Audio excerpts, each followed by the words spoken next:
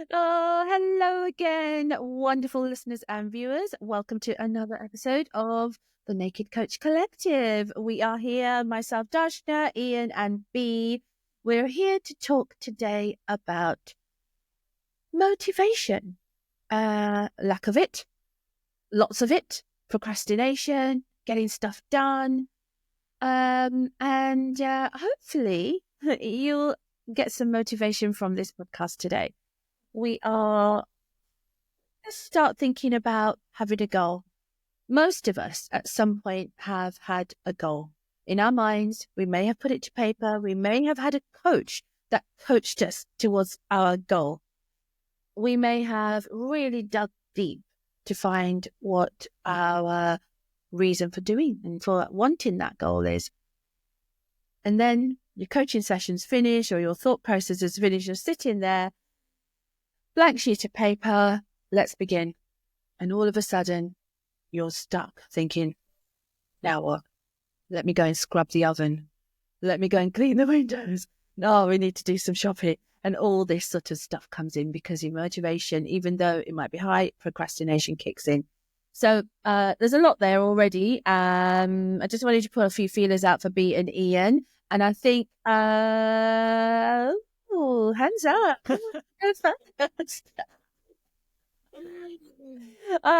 Ian, because he's looking like the most like, don't pick me. Oh, well, I was just thinking as you were saying then, hopefully you're going to be motivated. I was like, I'm not sure they're going to get much from me because I'm not very motivated today.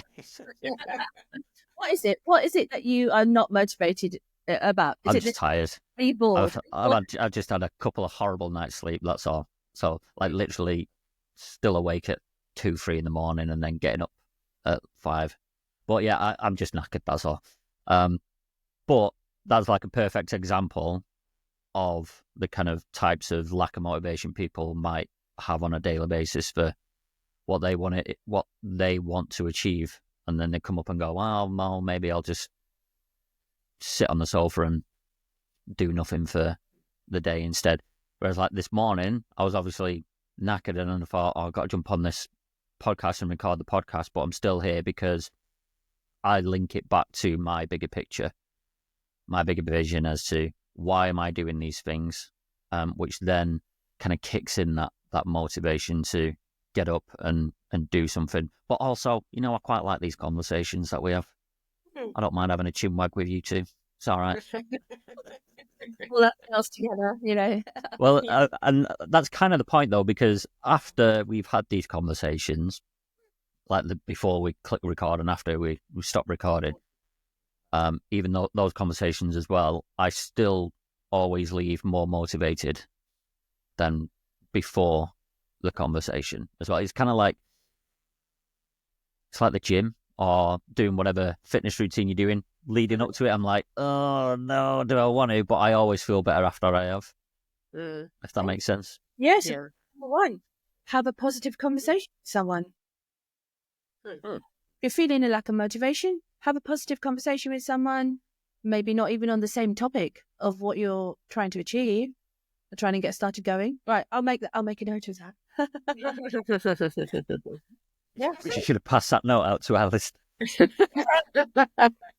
I think for me, winding back, I just want to wind back a few steps, if that's okay, because when you said about this topic, I think my initial thought was lack of motivation can be so many things, but I think one of the things that lack of motivation comes from is because you're not following the right path, or you're not doing the right thing, or you're trying to achieve a goal that actually you're not as passionate about as you think you are, or do you see what I mean? So I think sometimes when I feel like I'm lacking motivation, is it because I'm tired? Is it because and tiredness does really come into it for me. Is it because I'm a bit fed up, or is it because I'm chasing a goal that just somewhere part of it feels okay, but some of it just doesn't feel right? And that's been, I suppose that's been a path for me quite obviously from beginning my coaching to where I am now. There has been this up and down levels of like chasing something and then then maybe thinking, oh, I don't know if that's actually quite right. I might want to change that slightly now, which is fine because no one path is straight. But I think if you're lacking motivation, you need to really sort of take a step back and go, okay, so why? And I will just write it down. Why am I lacking motivation? What is it I don't want to do?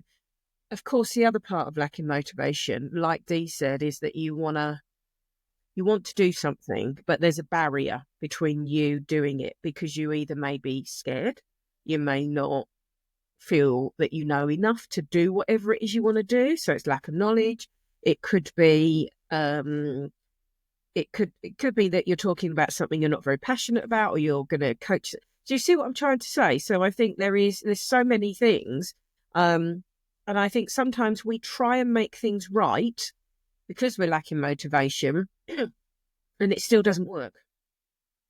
Yes. And at that point, I would be going, okay, so I've tried this in 3 different ways, and I still don't have the motivation to finish it. So I think there's something needs to change. I think you touched on 2 things there. I'm gonna, sorry. I do apologise, sorry. Cut that out. Yeah. Yeah. No, you touched on 2 things there. You know, this, are you on the right path? Mhm. That's the first thing. Yeah. And if you are on the right path, then what is stopping you? So there's 2 things I think that break down. So being on the right path is, I think my thought process for this session was that you are on the right path. You've done the work. You've looked at what your goal is, and you really do want that goal for all the right reasons. And because we've covered goal setting in other,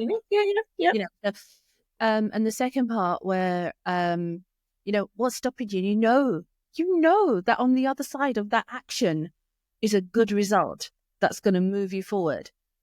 But motivation to just get on with it. What could be holding you back? And you said maybe you're scared, or you don't think you know enough, or all this sort of stuff. So I was sort of thinking, what can we do to combat those very real things? Because generally, if it's a goal, it's something new, or a new extension of something. And there may be action involved that isn't known to you.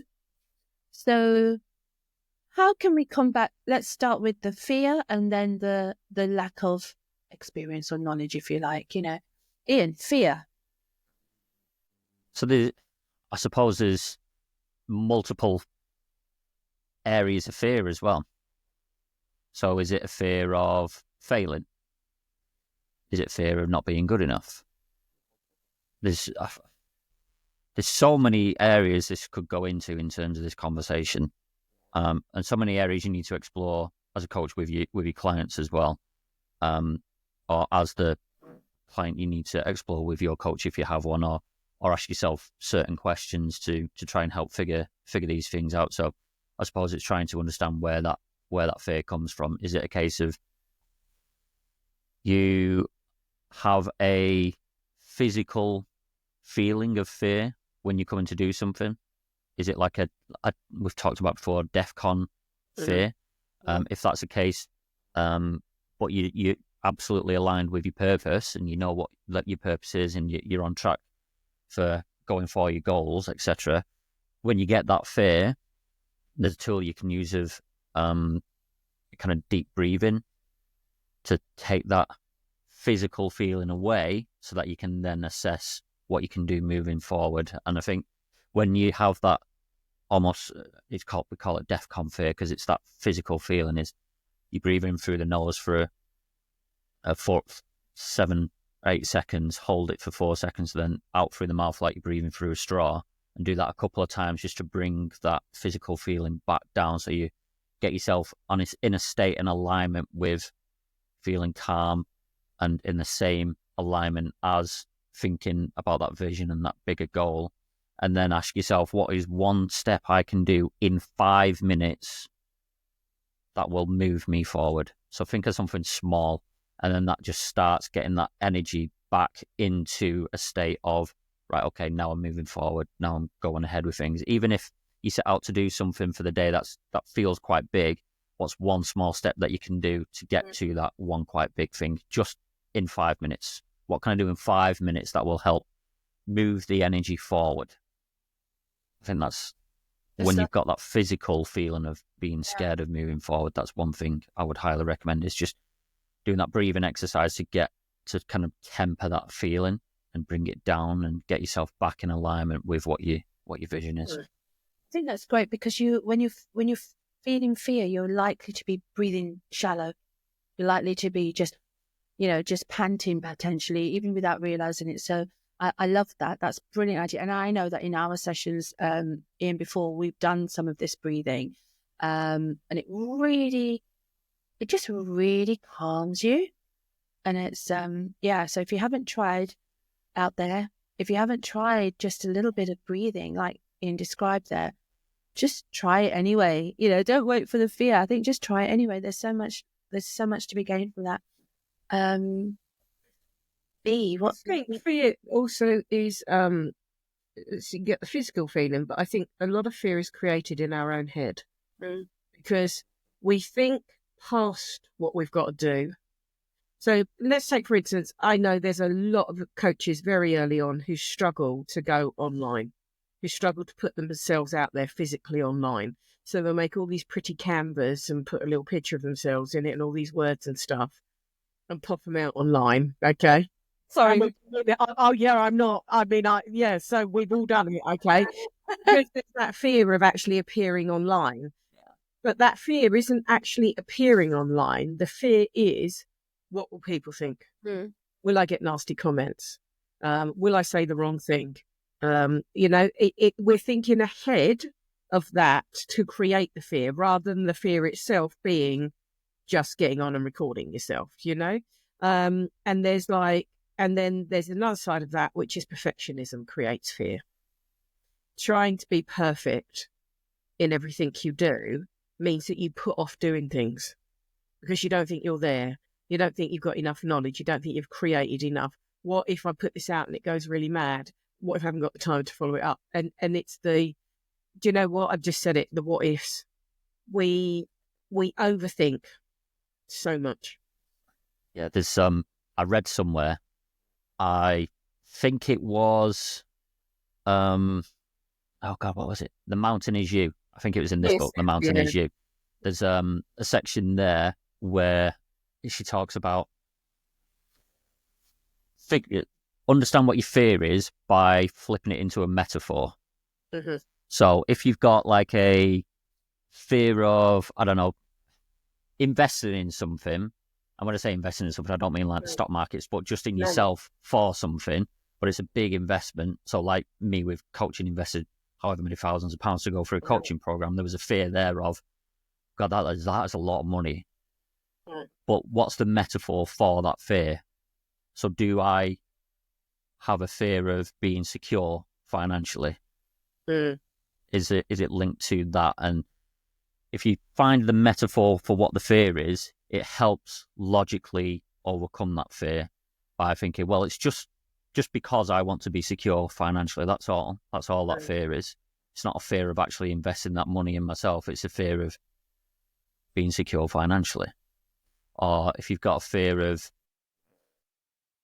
living a life you would absolutely love to live and you fear living that life, is it fear because you're not living that life right now? And the metaphor is, what kind of life am I living right now? Am I living the life I want to live right now? So I don't want to take the big step to get the life I really want to live. So there's I'll try and find the passage in the book, because she gives some really good examples and metaphors. So I'll try and find that whilst we're on now. I think identifying the fear is often the key, because sometimes you might just have a feeling. It's not, you're not really labeling it as a fear. It's just a feeling. It might not even be an uneasy feeling. It's just a feeling that, I don't particularly want to go there, or something that stops you. You mentioned about perfectionism, and it's such a big part of coaching, because most people who come for coaching, they want to achieve something.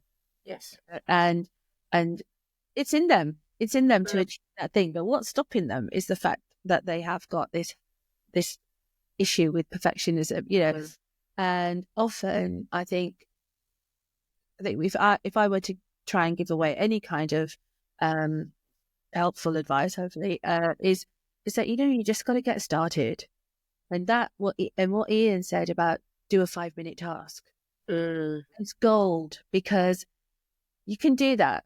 You are investing in yourself by getting coached, or by figuring out what your goal is, or by knowing what you want to do, whatever you want to call it, right? You're investing in yourself. You can afford to give yourself 5 minutes.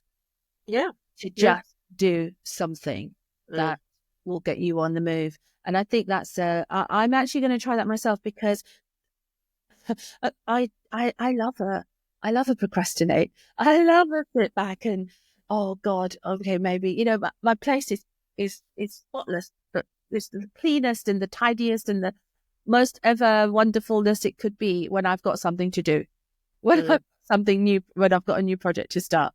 So I'm there. So I'm definitely going to use that 5-minute breathe, 5-minute action, and maybe even repeat it after an hour or 2 hours, because if one round of that may not kickstart you into action, what would you say? Is that because I think, 1 minute, 5-minute, job done, right? Okay, cup of tea, and back to where I started. So I may need, knowing myself, a couple of rounds of that. So just try to be aware of yourself, understand where you're at. I'm not calling it a limitation or anything like that. It is just how I am. So, and I think acceptance of what you are and who you are really helps here, So great advice, Ian. I'll have to do it on a loop. I found that passage in the book. So the book was The Mountain Is You. And it's essentially worrying about irrational fears and the least likely thing that's going to happen. You're thinking about what is almost impossible to happen. And it's I pretty much gave the examples, but I just didn't explain them very well. So I'll actually read out what she says. So if the fear was an abstract metaphor, what would the meaning be? Is the abrupt loss of income a symbol of your desire for security? Is the fear of the future a symbol for not living fully right now? Is the anxiety about making decisions a symbol for knowing what you really want and being too afraid to choose it? So at the core of most things we most fear is a message that we are trying to send ourselves about what we really care about. If we can identify what we want to protect, we can find healthier and more secure ways to do it. It's a fascinating book, this. I encourage everyone to read it. It's so good. I think it's a book that I can go back to and pick up bits and pieces out of all the time, even though I've read it twice now. So I do. I love it. I've got it on hardback and I've also got it in my ears as well. So I absolutely love it. Yeah. But the other thing I was going to say is, so that's how Dee is. I'm a bit different to that. I am an all or nothing person. There's no, I've accepted that's who I am, but I don't necessarily like it, I suppose, is what I would say. Because when I think up something, I go, I'm going to go for it. I'm going to go for it now. And then if it doesn't get the reaction I hope, or if it doesn't hit the spot, or if someone says something negative about it, or whatever, and I'm like, well, I'm not doing that again. Right, okay, let's close that down. Not doing that again. That's done. That's it. Not too tired. I'm too tired to do anymore. I'm tired. And I've done enough, and that's it. And I'm that all or nothing person. So I get really upset when I go all for it and it doesn't quite work out as I planned, or it doesn't quite go in the right direction. And I used to be the person who used to go, right, just forget it. It didn't happen. I didn't do it. Throw it down the drain. That's a waste of time. I've actually learned that actually what you need to then do, what I need to then do, should I say, is take a step back and go, actually, so this is the route I've taken. This is all the things I've done. This has worked really well. That hasn't worked maybe so well. Okay, so what needs to change to make this work? Because I started out with this exciting idea. It felt right. Now it's feeling a bit disjointed. I just need to maybe tweak it or change it or bring it back. And actually, I've learned that from Ian, who I think has done an amazing job of becoming the coach that he thought he wanted to be and then transforming into the coach that he actually wants to be. And I have, I have watched that all the way along and taken inspiration from that, but maybe just not inspired it into the right way into my own destination. But it did inspire me from the point that he invested a lot in one part, and that hasn't been wasted in any way, shape, or form. And I think it's what I'm trying to say. Nothing's wasted. Everything is knowledge and learning. And the changes that you make along the way and the different paths that you take are all about growth. And there will be procrastination along the way, I think. I think it's inevitable in everybody. I think there's a point where we might stop or we might pull back a bit. And often procrastination is around doing something. For me, procrastination is often around doing something I don't particularly enjoy, but I know needs to be done. And what I mean by so if let's say, for instance, I love doing the podcast, right? Okay. But I don't do any of the technical background because technical backgrounds bore the life out of me. I'm not that kind of person. I can use a computer very ably. I can build a website. I've done it, but it's not something that gets me excited as a job to do. So therefore, the jobs like that I put off and I do the stuff that excites me first. Does that make sense to anybody? Yeah, absolutely. And it's finding that excitement. It's finding that excitement, which is what I found. And you put it so well, B. I might steal that and use it as part of my messaging. You're welcome. One thing I will say is with regards to you, B, and this might apply to other people as well, is you're saying you try that one thing, you get negative feedback, and then you go, oh, forget it, I'm not doing that again. There's obviously a fear of failure there. But I will say that maybe not failure, but setbacks are a prerequisite to finding success, a prerequisite. And I've got a real life example for probably every listener or watcher of this podcast that I can go back to and prove that they've had it and still succeeded. And that caveat, there's people out there who are born with the non-ability to walk, but people learn to walk. They get up when they're a baby, and like me, they'll lock eyes on a biscuit and go, that bad boy is mine. And they'll try and walk over to that biscuit, but they'll fall over. Yeah. But they don't just give up and say, well, I'm not meant to be a walker. They get up and they go again and they try and try and try again, and people eventually become walkers, right? And other examples, famous examples. So Oprah Winfrey was fired by television executives and told she's not fit for TV. Guy who invented Starbucks, he had a loan application that was rejected 234 times and told that no one wanted that type of coffee. Steven Spielberg rejected from USC Film School 3 times. The list goes on and on and on and on. It is even Walt Disney was fired from a job at a newspaper because he lacked imagination. This is Walt Disney, for crying out loud. So it is a prerequisite. Setbacks are a prerequisite to success. So that is an important thing to understand as well. And one other thing, I know I keep talking a lot on this one, so apologies. But another one is our results are a direct reflection of our thoughts.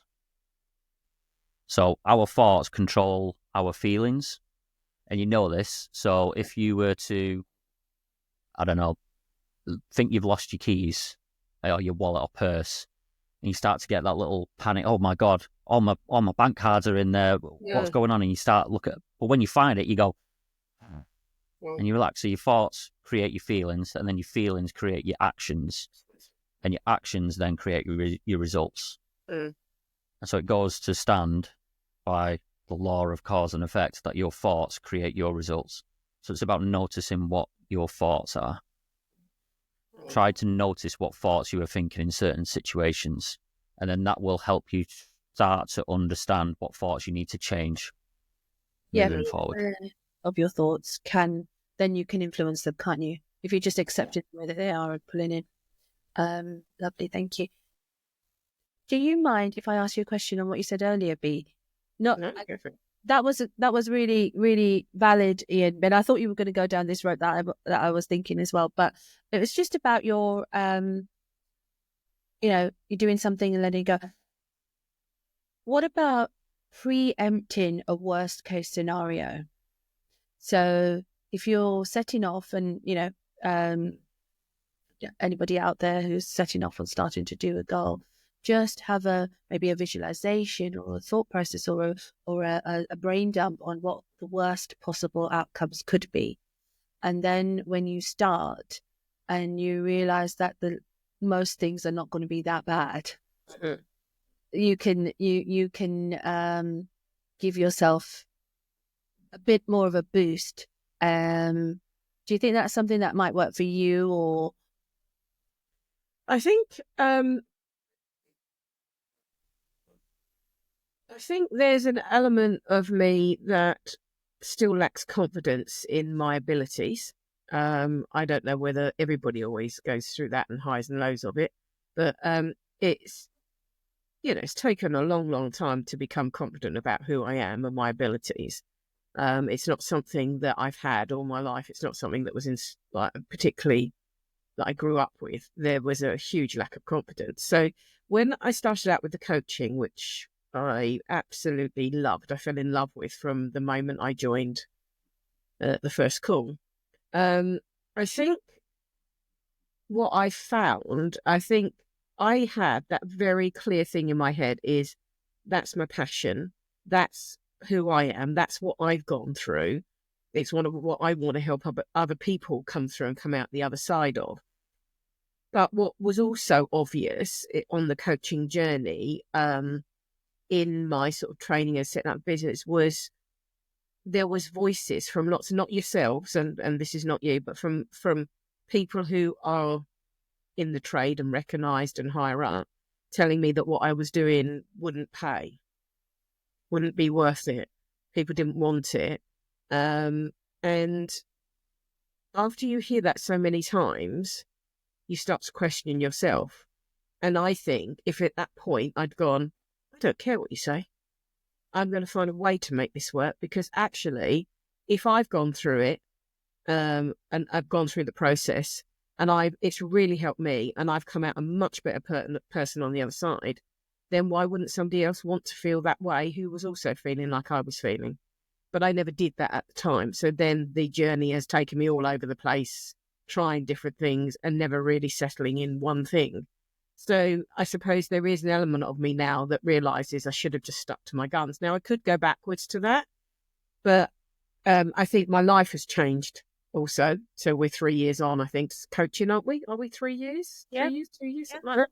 So my life has changed. I know the background of my life has changed at the moment, and the other things that I do. So I need to rethink the route I want to go down with the coaching, as opposed to rethinking what I want to coach about. That's not it. It's the route I want to take, because coaching can take so many forms, and it's not just one-to-one. It's not just group work.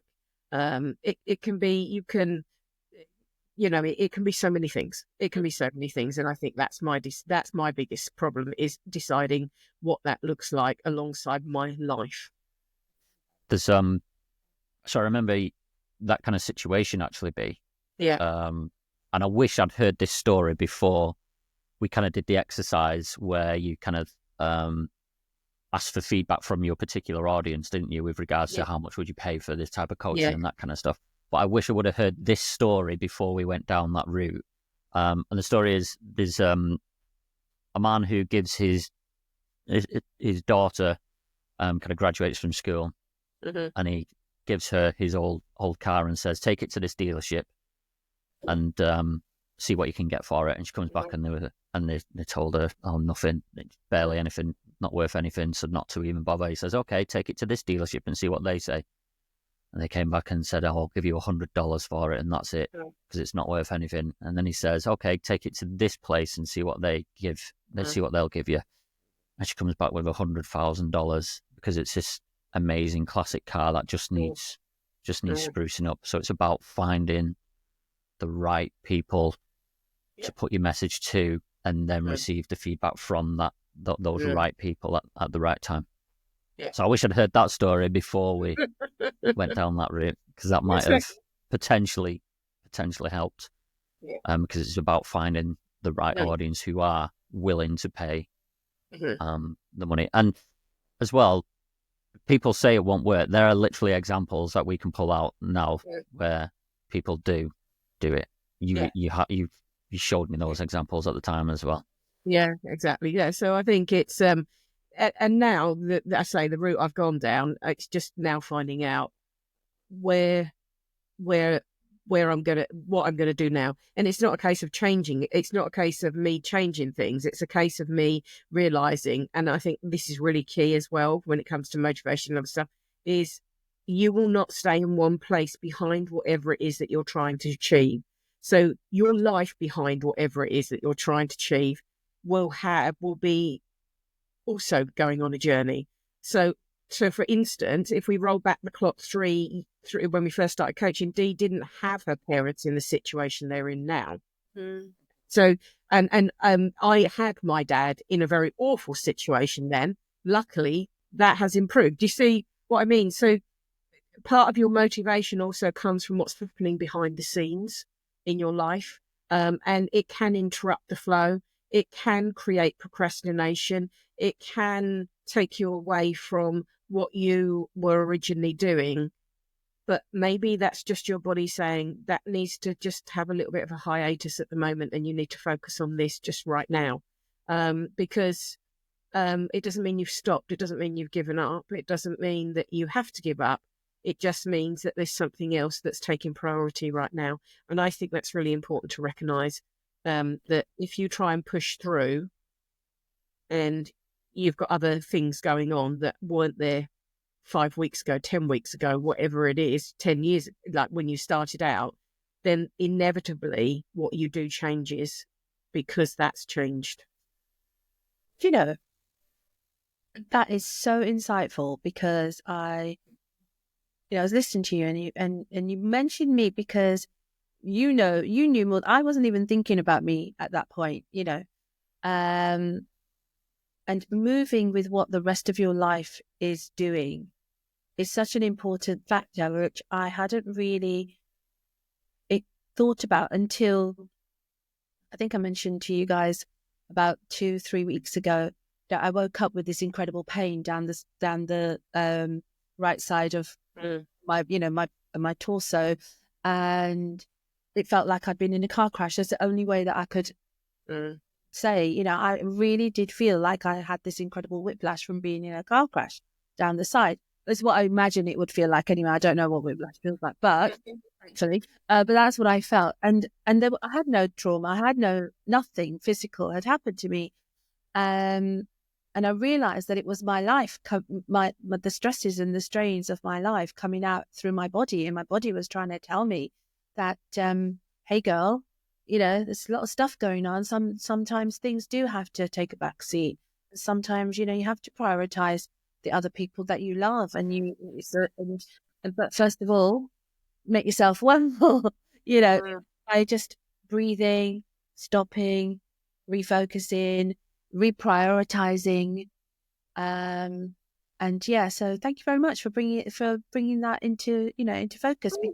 And I'm very sure that there's a lot of people out there who are feeling physical symptoms of the stresses and life running through. I mean, I know this is sort of going off on a tangent a little bit, but in all my 50-something years, I've never felt so aligned and so in tune with what my body was trying to tell me. Maybe because of all the work that I've done, self-awareness and that sort of thing, that I recognize it. But I think our bodies are incredible, and I'm sure that they give us signals all the time. So just on the side, listen to that. Listen to what. Absolutely. I think that is our problem, is we don't always listen to our signals and we gloss over them.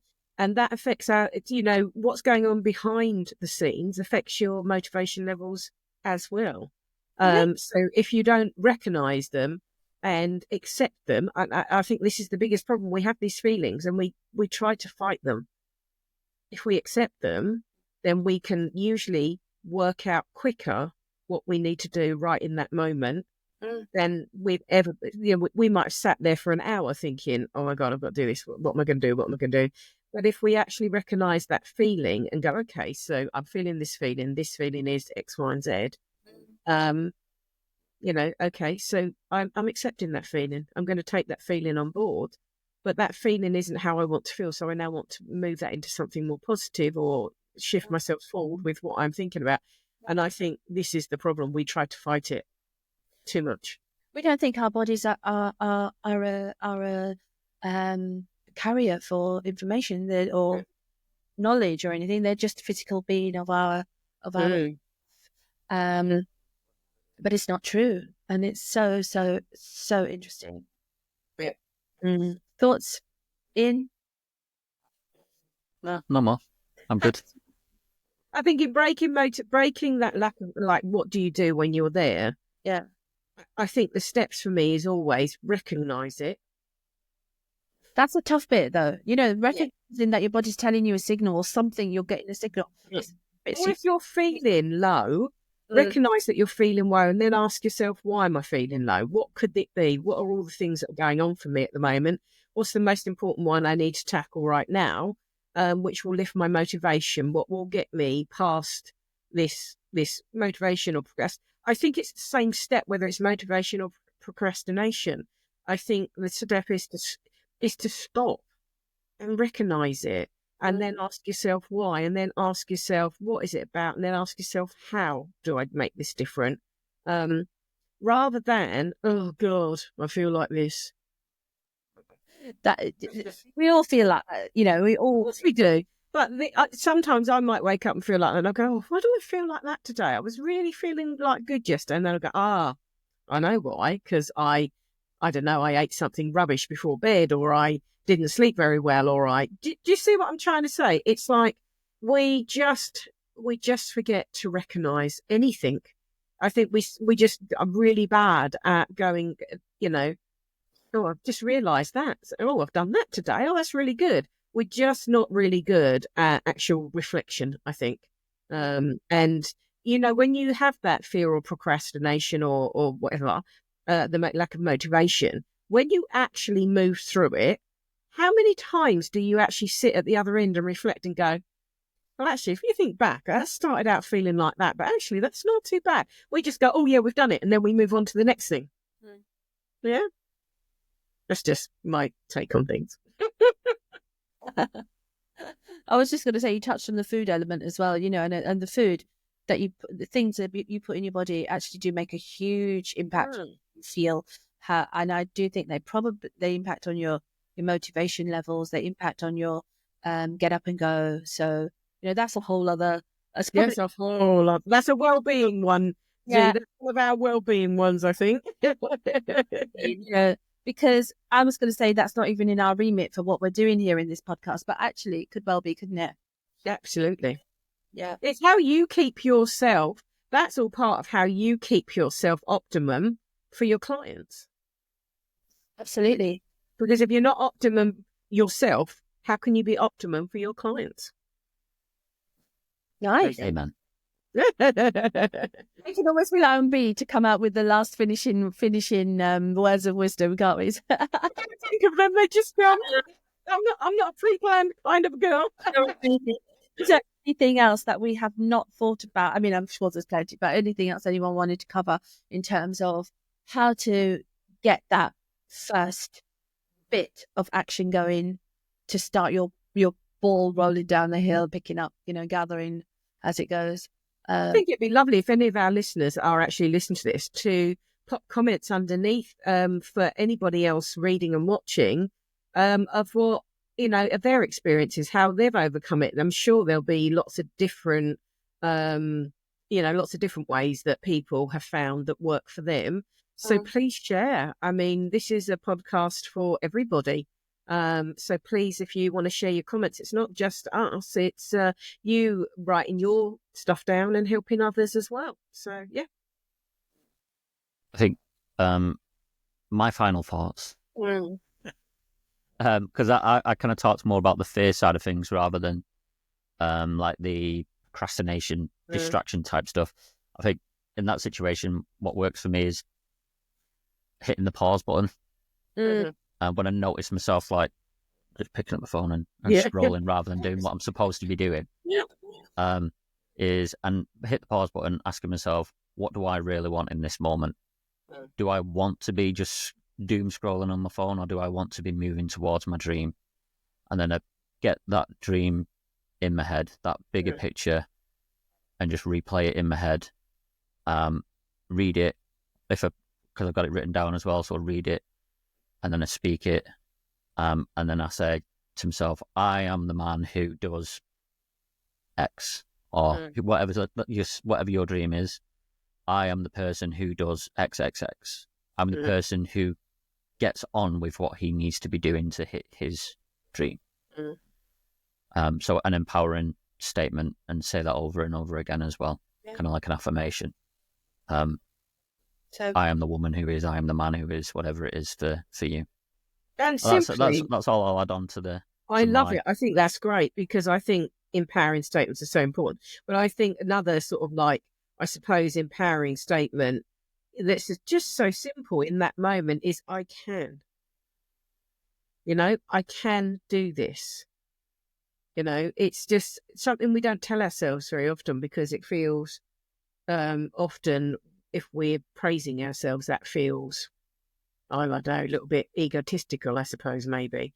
But just in that moment when you're stuck, or you're fearful, or you're procrastinating, you can, like Ian says, I think pausing is so important.